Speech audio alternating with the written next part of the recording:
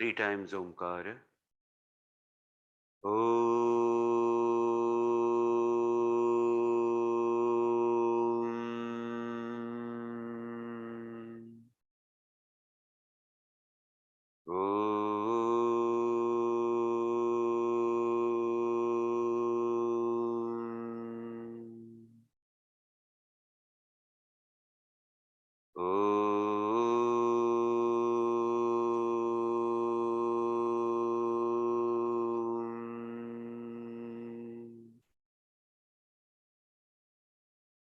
Om Sahana Vavatu Sahanau Bhunaktu Sahaviryam Karvavahai Tejasvinavadhitamastu Mavid Vishavahai.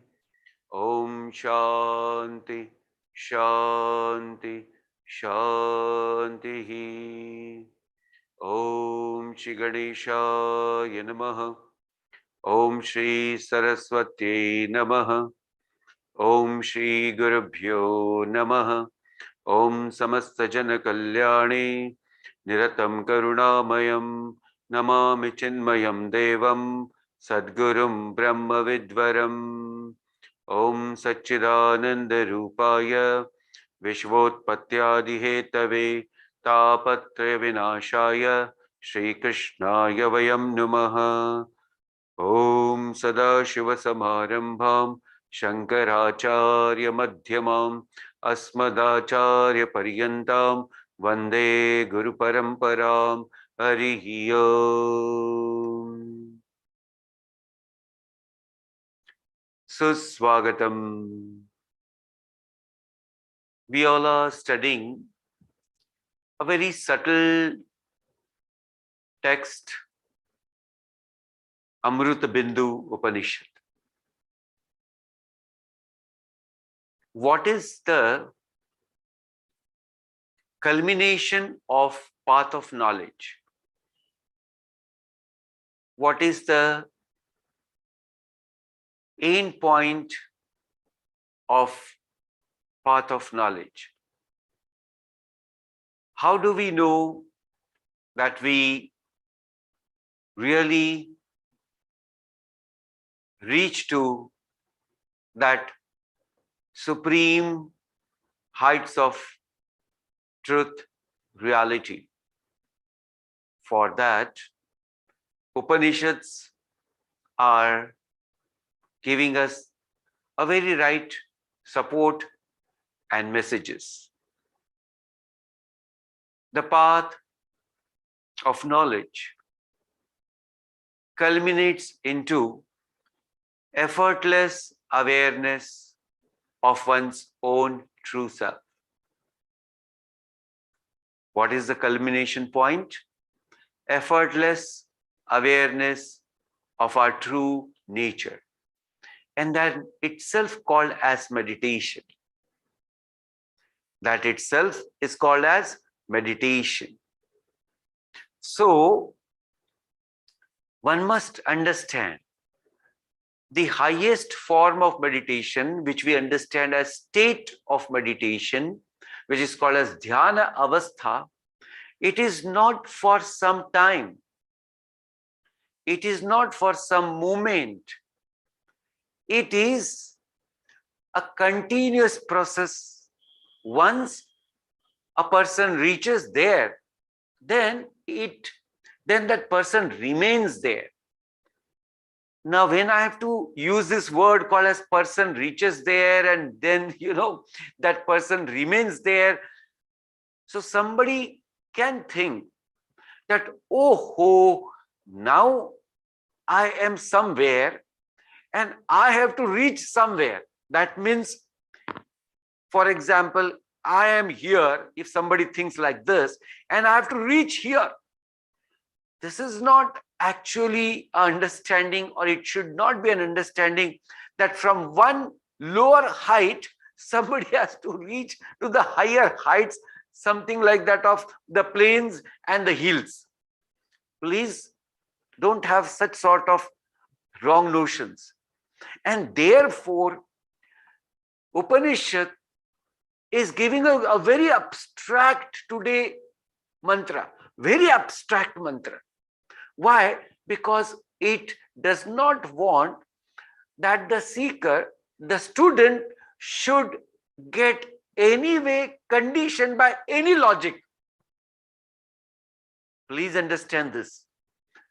Upanishad doesn't want that a student of Upanishad should get conditioned by any logic. And therefore, a very abstract point is given here to understand the reality. Okay, so this is the topic which we are going to discuss today. Let us start with our prayer.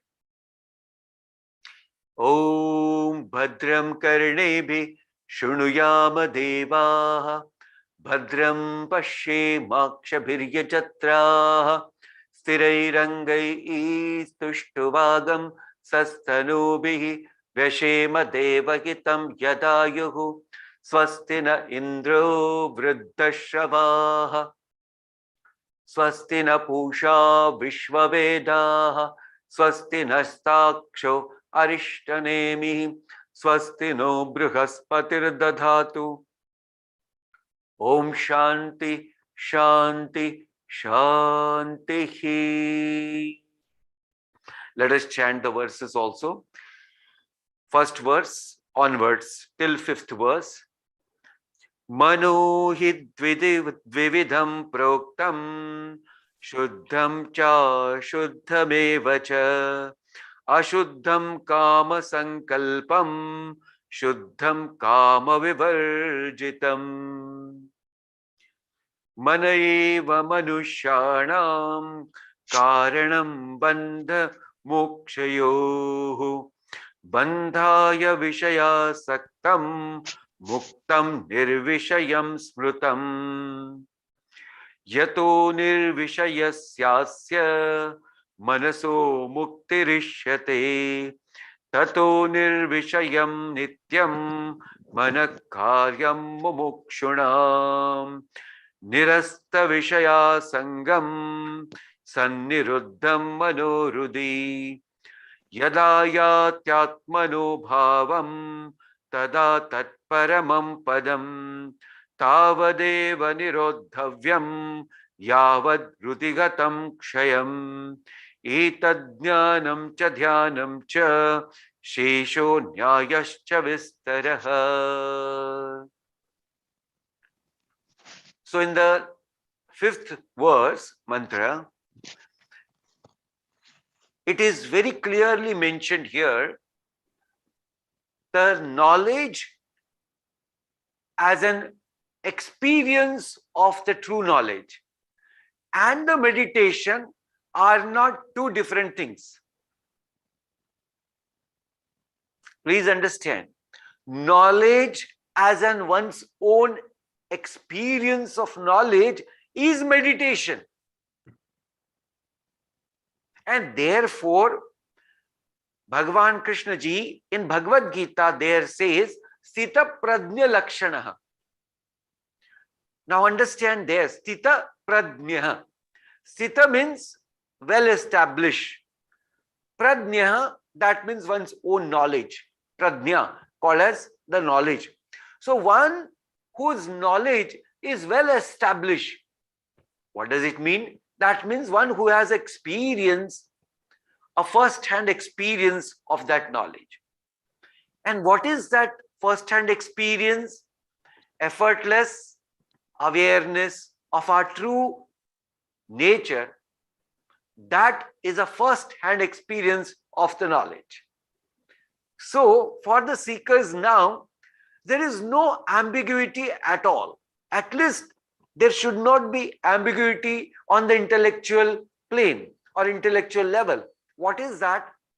Unless and until I get this first-hand experience of my true nature in meditation, then till then I am ignorant. Swamiji, can you please give some space? We are listening to you from days together, months together, and years together. And how can you say it is ignorance total? I just took this point to make everyone clear. See, there is called as either knowledge or ignorance. There are no levels of knowledge, please understand. And therefore, this, this so-called as conditioning to break completely now is the sixth verse. Very fantastic, but very abstract also. So let us start today. Verse number 6 of Amritbindu Upanishad. Naiva chintyam na cha chintyam. Naiva chintyam na cha chintyam. Na chintyam chintameva tat. Na chintyam chintyameva tat. Pakshapata vinirmuktam. Pakshapata vinirmuktam. Brahma sampadyate tada. Brahma sampadyate tada. So the bottom line is Brahma sampadyate tada. The self, that is Brahman, is attained then. When? Yeah, that's the point now. So a seeker attains the Brahma. Again and again, I have to make it more sure. That means whenever it is said that Brahman is attained, again there can be a mind's thought that I was something else and today I have attained some different position. Like, we all are very conditioned. So if we get a job or we start a business, then he says, now what is your position? Oh, my position is a lower position. Okay, now it's your lower position. How many days will you get to get a promotion? Oh, I'll get two years I have to wait to get a promotion.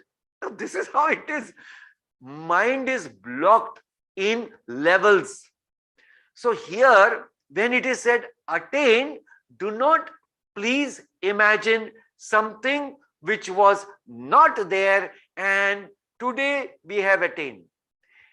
So we will take up this verse one by one and making all so-called as barriers to completely break away.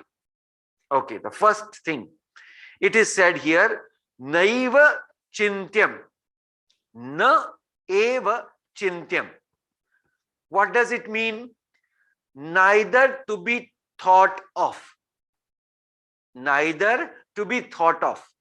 First, let us clear the translation of the verse. Then it is said, second point, na cha chintyam, na cha achintyam, na cha achintyam. That means nor to be thought of. So the first it is said, neither to be thought of. Then it is said, nor to be thought of.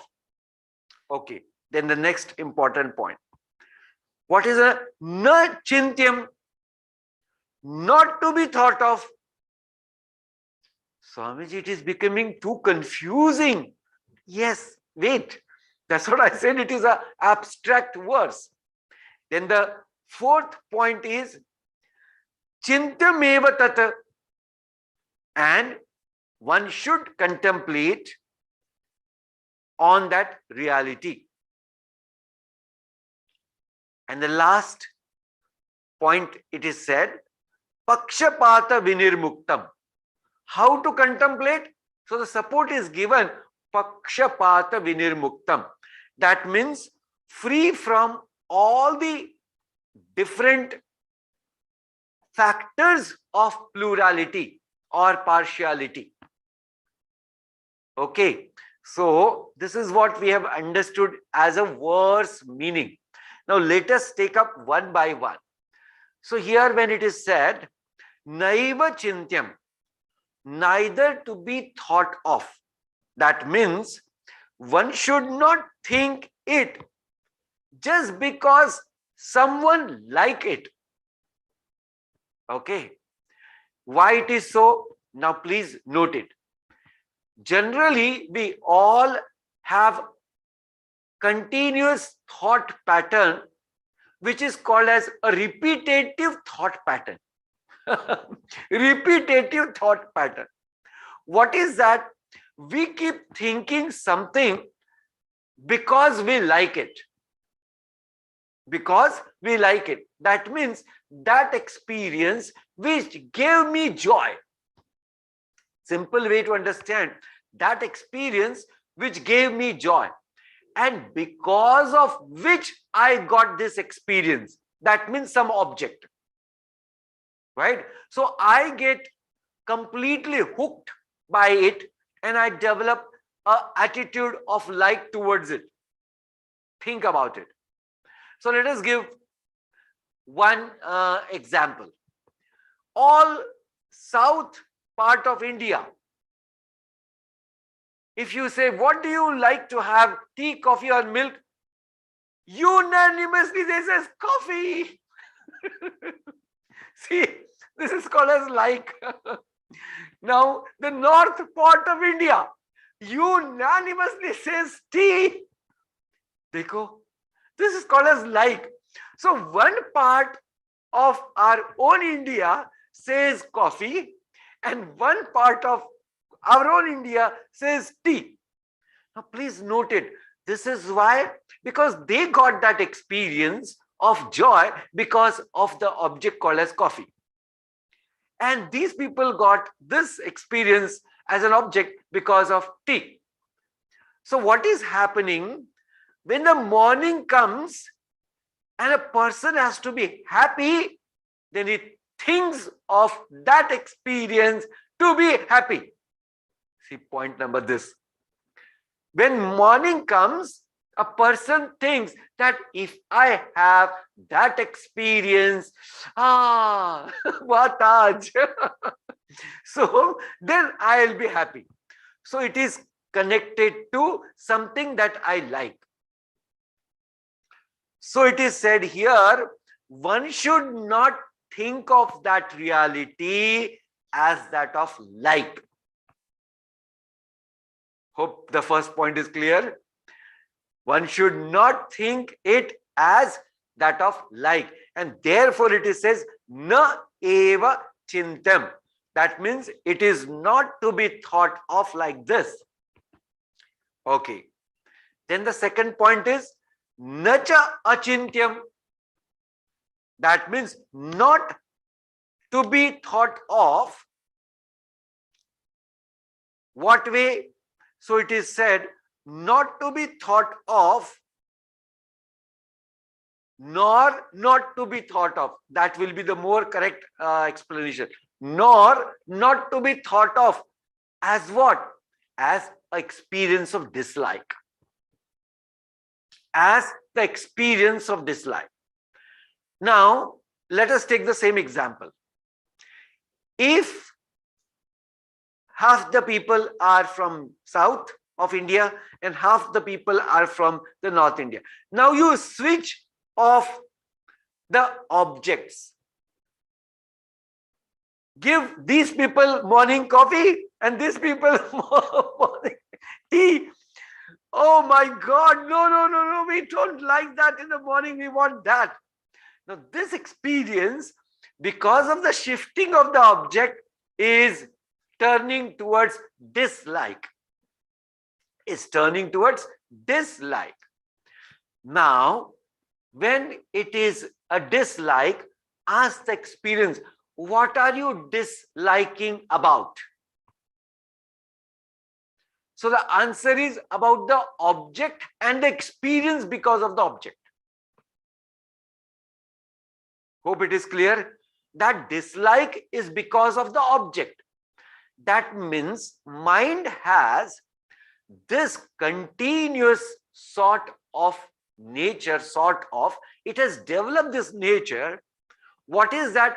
It has to objectify something and then it develops its own like and dislike. Unless and until it objectify, it cannot actually know what it is. That is a nature what we have developed. Please understand, we have developed this nature. Okay, fine. So the second point is clear, that nor it should be not thought of that of dislike. That means it should not be thought like that of dislike. I don't like and I like something, like that of it should not be thought of. Now next important point. Na chintyam, don't think at all. Oh my dear Upanishad, why are you just squeezing our mind and intellect? Oh my dear, no. I'm not squeezing your mind and intellect. I'm trying to break all your conditioning. Okay. Now not na chintyam, that means not to think of it as object. So please understand this. It should not be thought of as an object.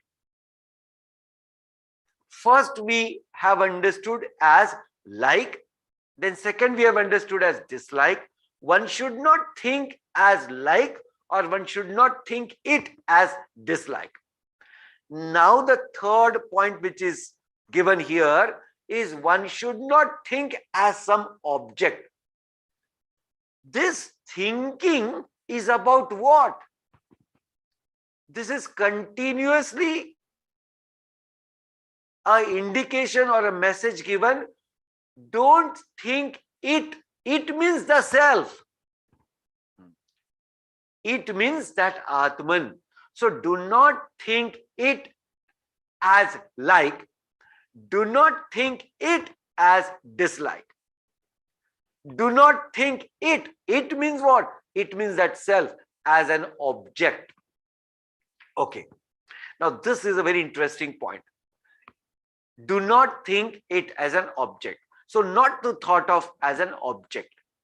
See, when a seeker starts the journey and understands there is something called as subtle body, and there is called as gross body, and there is called as causal body.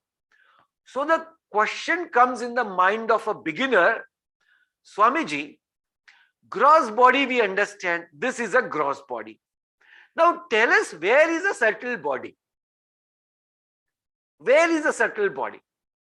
Now in this question, hope you understand, this person is imagining subtle body as an object. This is what it is. Because the mind has this habit of imagining everything as an object, which has quality, which has color, form, and so on. Then the same thing. If you say causal body, then it says causal body is inside the body or outside the body. Again, that's a difficulty, because when it is said subtle, then one has to understand that which cannot be perceived by all the senses itself called as subtle. Hope it is clear. What is meant by sukshma? Sukshma means subtle, that which cannot be perceived by senses. That is called as subtle. Now this levels of pervasiveness, let us understand. So gross body is definitely occupying this space, this much space, because this body is this much, somebody's can be this much. So that body will occupy that space. Now this is called as gross body occupies this space. Now subtle body, in subtle body there are two components. One is called as mind, one is called as intellect. So the mind's pervasiveness is limited. in comparison to intellect. Please understand, in comparison to intellect. How? Mind can only work in the realm of known things. Mind can only work in the realm of known things. Okay, example, like if you have gone to Siddhabari Ashram of Chinmay Mission in Himachal Pradesh, and if I say, now close your eyes and enter to the Samadhi Sthal of Pujya Gurudev Swami Chinmayananda Ji, in no moment you are there. Why? Because your mind had this experience before. But now if I say, oh my dear friends, let us go to the Chinmay Mission ashram of Uttar Kashi, which is there in Uttarakhand, then half the people will say, my God, now we can't go there. Why? Because we have no experience of Uttar Kashi ashram. Okay, so this example to make you sure that the mind only can work in the realm of known thing. Now, intellect. Intellect is more pervasive than the mind, more subtler than the mind. And that's why it can find out, it can discover, it can invent that which is not known today also. And therefore, we have so much of discovery and so much of invention in the world, and which is not a static, which is continuous. Why? Because the power of intellect is such which has this what it called as extra sort of pervasiveness, which it can go and act in the realm of unknown also. Okay. Now, subtler than the intellect, which is called as the subtlest, is the self. So, you can appreciate now, when you can't see the mind, but you can understand the mind because of the thoughts, you can understand of feelings. You can understand intellect because you can understand ideas and decisions of the intellect. But that which is akarta, abhokta, that which is akarta, abhokta, that which is asangah, that which is one without the second, that which is the self, that which is the Atman. How to objectify it? It is not possible, because it does not have any quality as that of all what we have now seen. No quality of such which can be mentioned as, which can be a source of objective knowledge for the senses. It is not possible. And therefore, it is said here, how one should able to understand chintyam eva tata. You have to contemplate upon it as it is. Yeah, this is the point. One should contemplate on the self as the self and not as anything else other than the self. That's the point which is hit here. So contemplation is required, is completely required. And how to contemplate? Contemplate it as it is. As it is. How the support is given? Pakshapata vinirmuktam. Now, Pakshapata vinirmuktam. Vinirmuktam is completely free of. Pakshapata. Paksha means side. Pakshapat means not taking any side. That means not thinking as like, not to think as a dislike because of dislike or as a dislike, not to think as an object. Then one has to understand how to think. One must able to think, which is called as contemplation, as it is. So let us take one support of a beautiful verse from the chapter number 2 of Bhagavad Gita. Here, Bhagavan is trying to tell to Arjuna to get that experience. How? Bhagavan says, Traigunya Vishaya Vedaha. O Arjuna, the whole world is of three gunas, completely enveloped by three gunas. Then what should you do? Nistraigunya Bhavarjuna. O Arjuna, you go beyond all the three gunas. Now, this is a point one must be clear about. Go above all the three gunas. That means where the mind is not conditioned by these three gunas. How is it? Nirdvandvaha. Bhava. Like we have to add it there. Nirdvandvo bhava. That means let your mind be completely free of all the pairs of opposite. Let the pairs of opposite not affect your mind. Now, I will just give you a support here by giving you a very right hint to contemplate. Just understand here. Nirdvandva avastha of the mind. How is it so?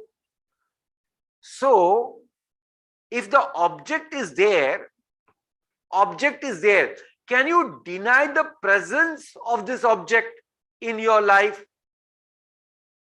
In your life,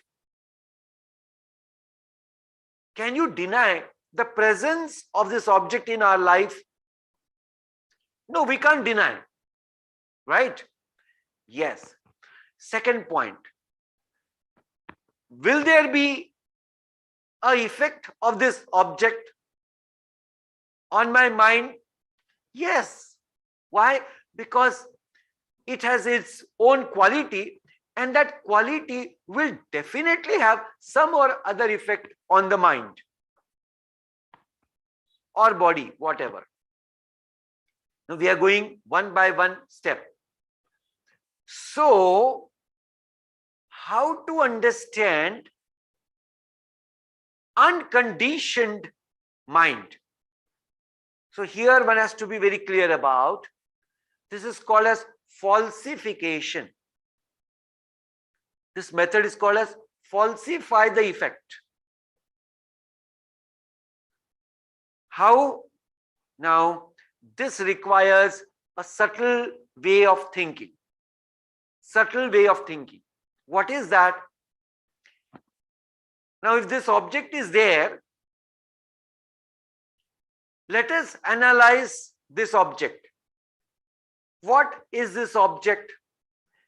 Ask the first question. Does it have its own existence? A separate existence. Does it have its own separate existence? So let us find out. Does it have the separate existence? So what is this object actually? So this object is nothing but a name and form. Yes or no? Yes. This object is nothing but a name and form. If I break this object into pieces, will that object remain as what? Remain as called as a thing which we use to just keep one page steady.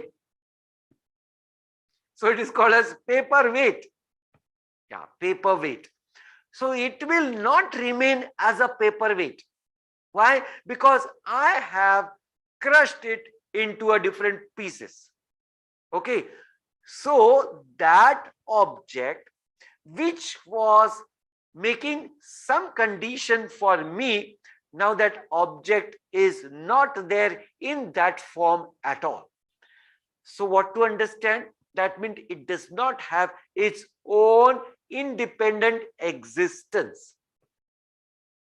It does not have its own independent existence. Okay, now I am coming to a very subtle point. If it does not have its own independent existence, because its form and its name, when it loses its experience, its existence.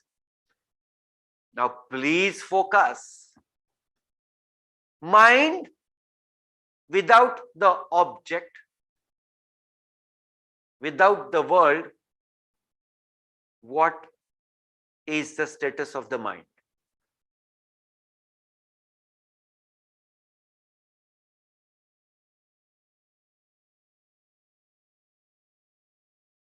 This is a very important point. Let me just give you a support. In the deep sleep, when there are no objects, when there is no world, where is the mind? Where is the mind? No mind. Now please understand, is the mind dead? No. Mind is not dead. Mind is not destroyed. Mind has nothing to identify. Please understand. Mind has nothing there as an object to identify. Please understand.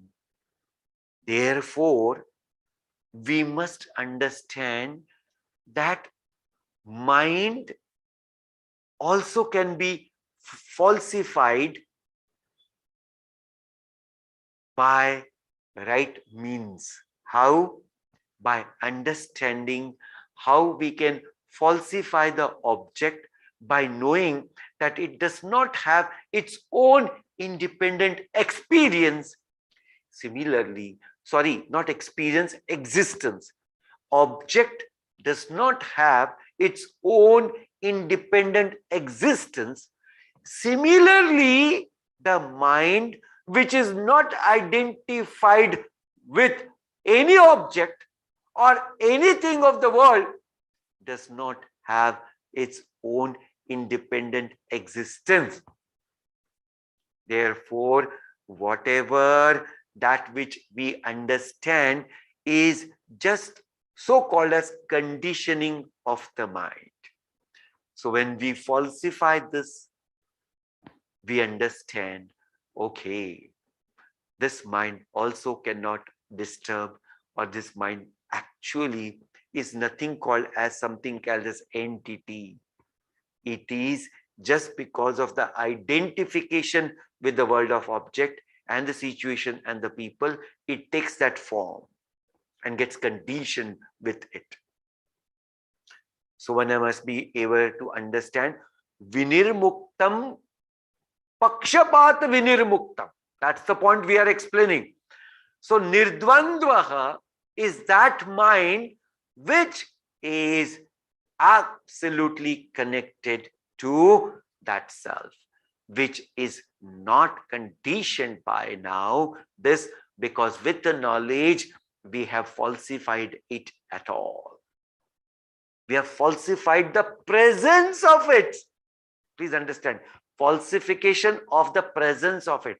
Now this is little tough to understand. I can very well agree to it, but a path of knowledge, one has to understand this, and then only one can reach to that state of absolute meditation. So it is said here, nirdvandvaha nitya sattvastaha. Now this is also one important point. Nitya sattvastaha means that shuddha sattva, where it is so prominent that there is no effect or there cannot be effect of the rajas and tamas at all. So nitya sattvastaha niryoga kshema atmavan bhava. Atmavan is that one who is continuously contemplating upon the self. For what? To be the self. And that's how it is said.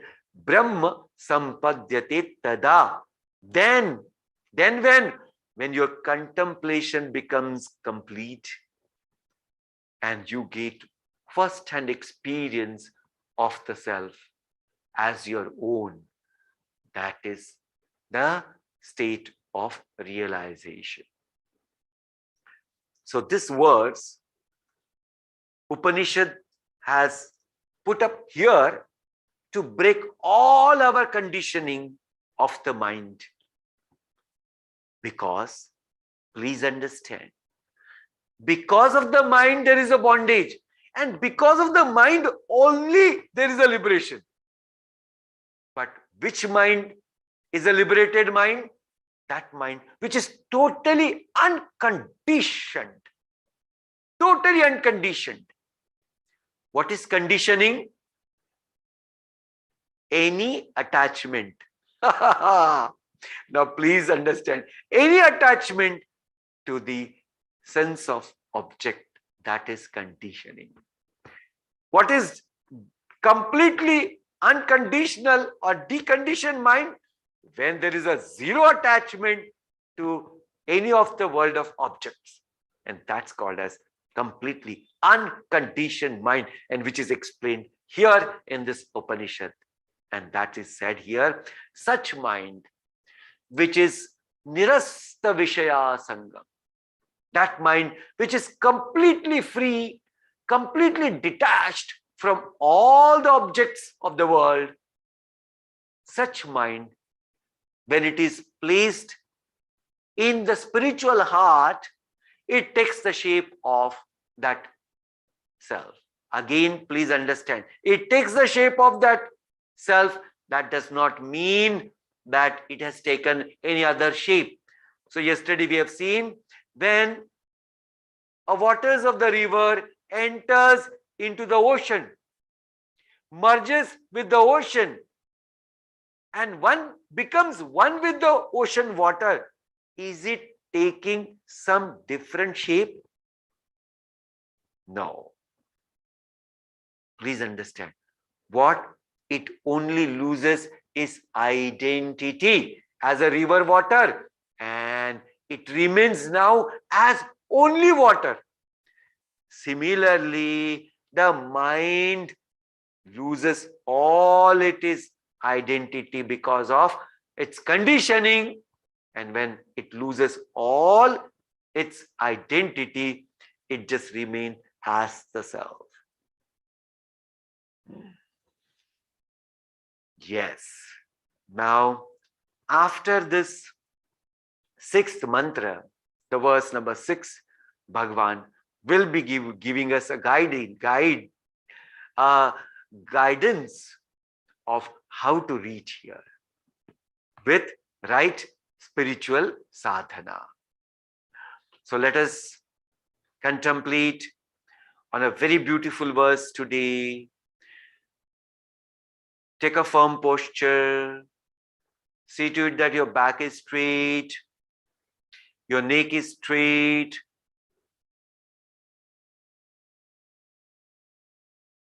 Your eyes are gently closed.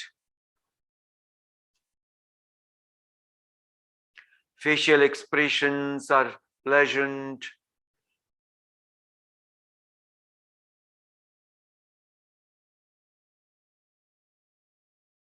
Mind focused on for a minute on breathing process.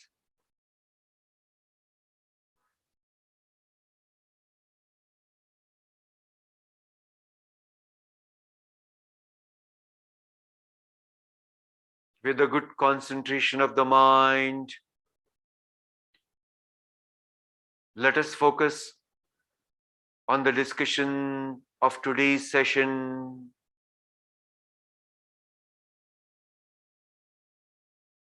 where Upanishads give this knowledge to every one of us.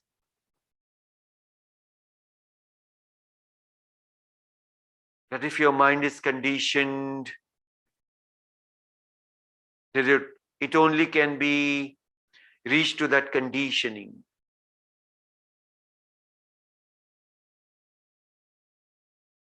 What is the most important factor of conditioning? Like and dislike is the most conditioning factor of the mind. Because every experience, when we get, we immediately label it as I like it or I dislike it. This like and dislike become so thick or so firm in the mind that it gets conditioned by it. Similarly, it gets conditioned by the objects of the world because it developed this habit of imagining, knowing everything by objectifying it. Here, verse number 6 of Amritbindu Upanishad.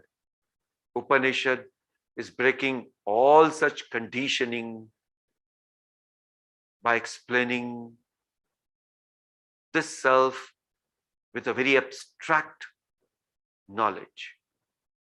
So it says, let us not think it as alike.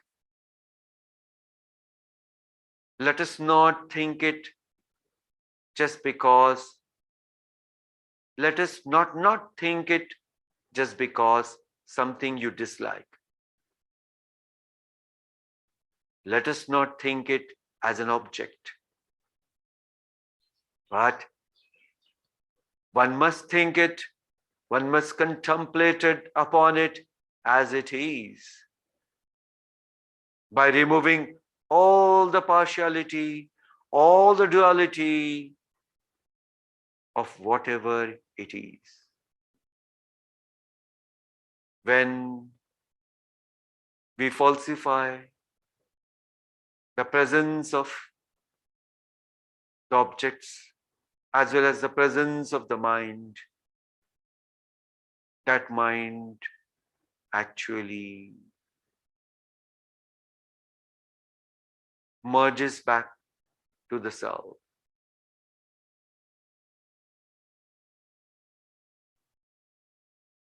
One gets one's own first-hand experience of the self, of our true nature. That is realization.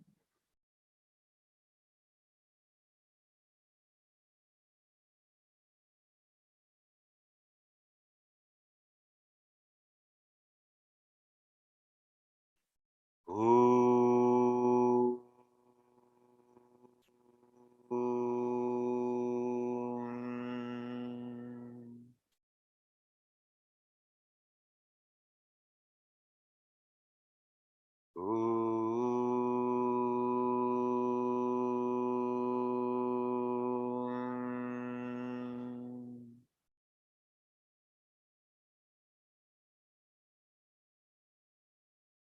Om Shanti, Shanti, Shanti. Bring your hands in Namaskar position. Have gratitude towards Almighty Lord for giving us this beautiful knowledge and time. Have gratitude towards everyone.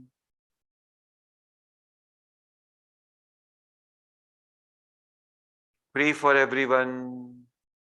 Sarve bhavantu sukhinah. सर्वे सन्तु निरामया सर्वे भद्राणि पश्यन्तु मा कश्चित् दुःखभाग् भवेत्. Let us rub hands together. Keep it on our eyes and give a good massage. Bring them back in Namaskar position. Om Purnamada Purnamidam Purnat Purnamudachyate Purnasya Purnamadaya Purnamevavashishyate. Om Shanti Shanti Shanti. Hari Om. Shri Gurubhyo Namaha. Hari